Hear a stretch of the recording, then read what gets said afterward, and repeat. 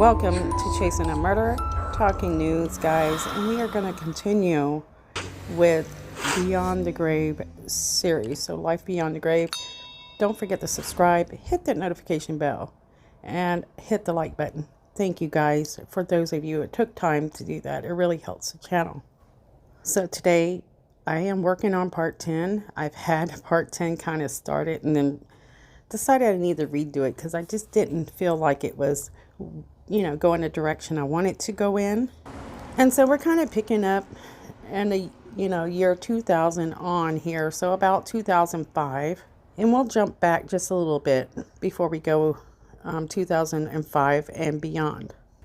This is attached to the Charles Vallo case. One of the craziest cases that I've ever heard of in my lifetime. And there's been many cases that have really made you go, oh my God, did that really happen? So we're kind of moving into 2005 and around March.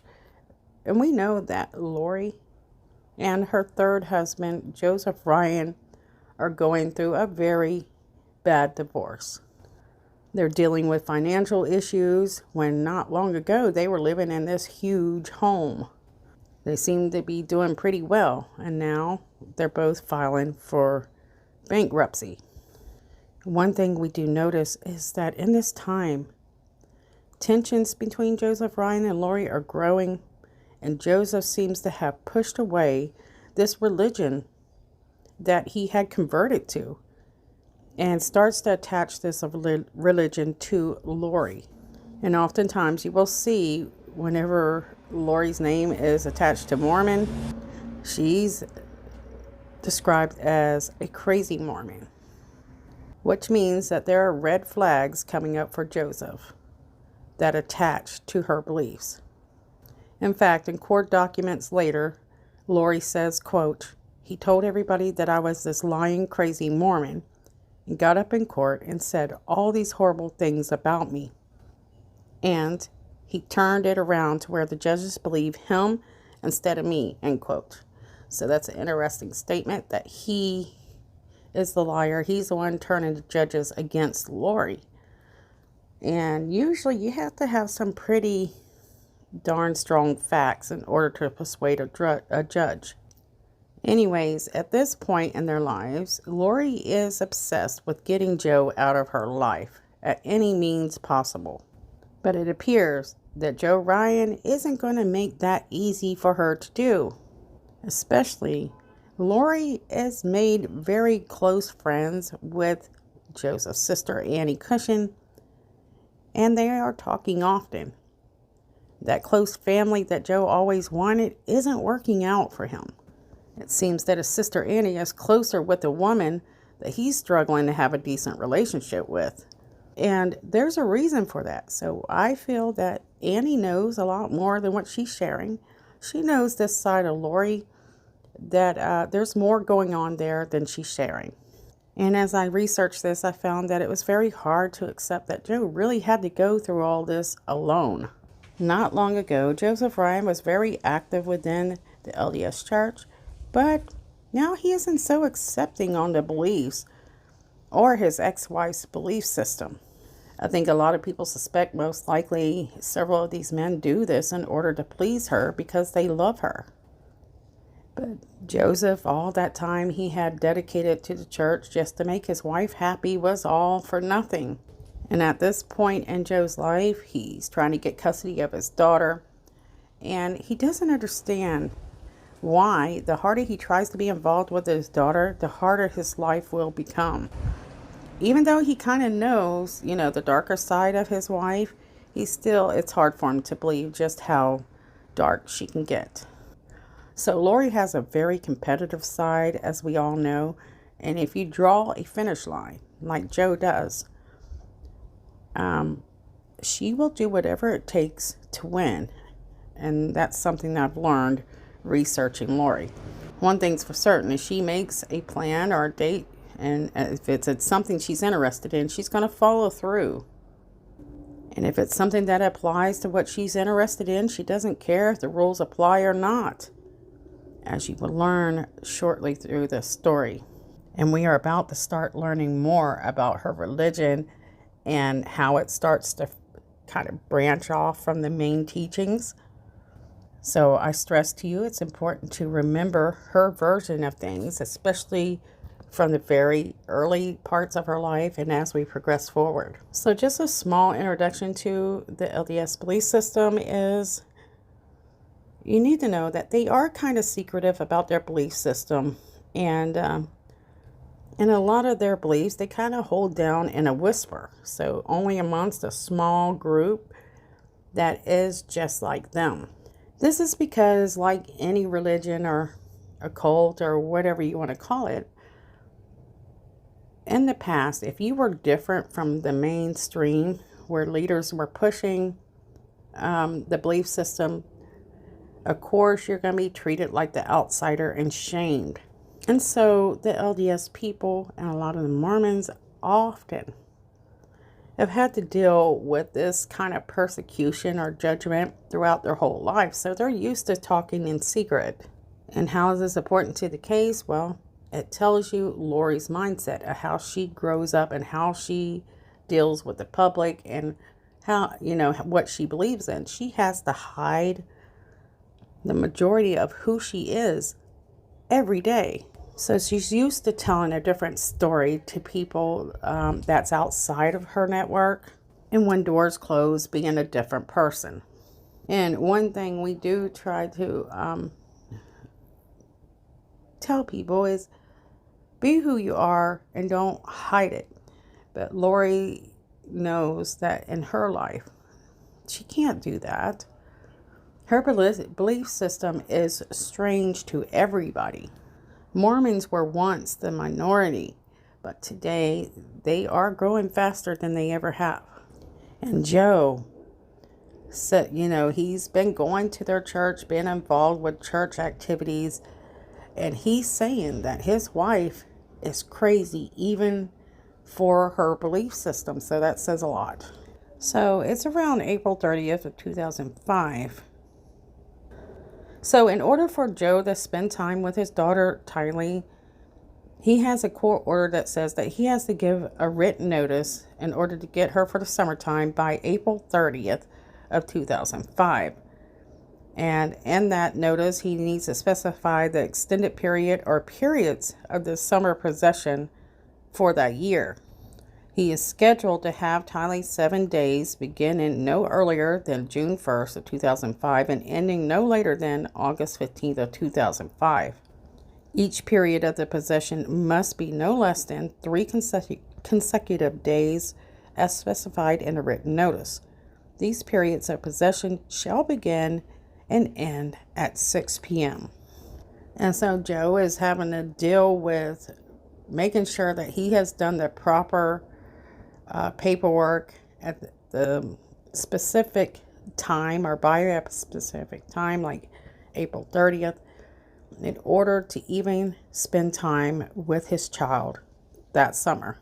The problem is it starts off at first not too bad for Joe, but as he moves forward into the future, Lori is going to make things incredibly difficult for Joe. Meanwhile, Lori is dating Charles Vallo, a newly single father of 2. And for me, for somebody to date somebody like Lori Vallo, she's very open with her drama and her attacks on people in the future. It makes you wonder, it appears that Charles Vallo was this really great man, but he is probably too great, I guess, because he was wanting to do whatever he could to keep Lori in his life. So therefore, he would have to support Lori, which means, well, you'll see what I'm talking about shortly. Now, according to his ex-wife, she said that Charles was bipolar. She said he had a drinking problem, but he said he didn't. And what we know is if Charles converts to Mormon, like he says he did, then he's going to have to give up alcohol and drugs altogether. So Lori Ryan has 2 children. She has Colby Ryan, Tylee Ryan, and Charles has 2 sons that I'm going to try not to mention. This was Charles' weakness, in my opinion, in this research that Charles falls head over heels for Lori Ryan at the time so deeply that he will do anything to make that relationship work. And as his and Lori's relationship grow, Charles starts to get to know Lori's family, including Alex Cox. They seem to become pretty decent friends. So the divorce between Joseph Ryan and Lori, I notice, seems to move quite quickly, but the custody battle over their daughter Tylee, we will learn, will last years.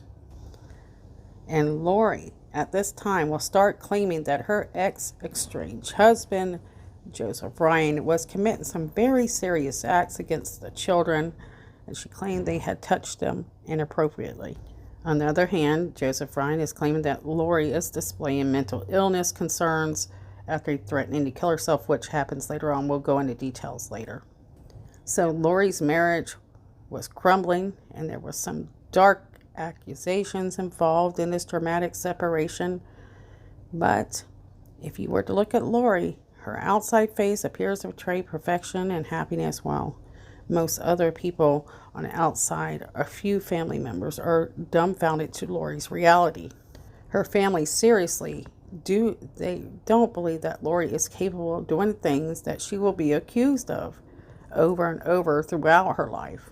And we learned that Lori is one who likes to hide her truths and portray to the world what they expect from her. That's where we left off last time. So at this point, I want to introduce Charles Vallo's sister, Kay Woodcock, and her husband, Larry Woodcock. I don't want to go into extreme details of their children, but let's just say Kay has several children, some from previous marriages that she had before she married Larry. So Kay Woodcock is Charles Vallo's sister. They have a close relationship. Kay, according to Kesha, Kay's daughter, they are a very close family. So they are a strong family with a lot of love and support. And Larry Woodcock is very supportive to Kay, as we have seen through media anyways, and her children. They live in Louisiana and run their own business there. So I'm going to leave out some personal information, guys. And during this time, Kay's brother is dating Lori.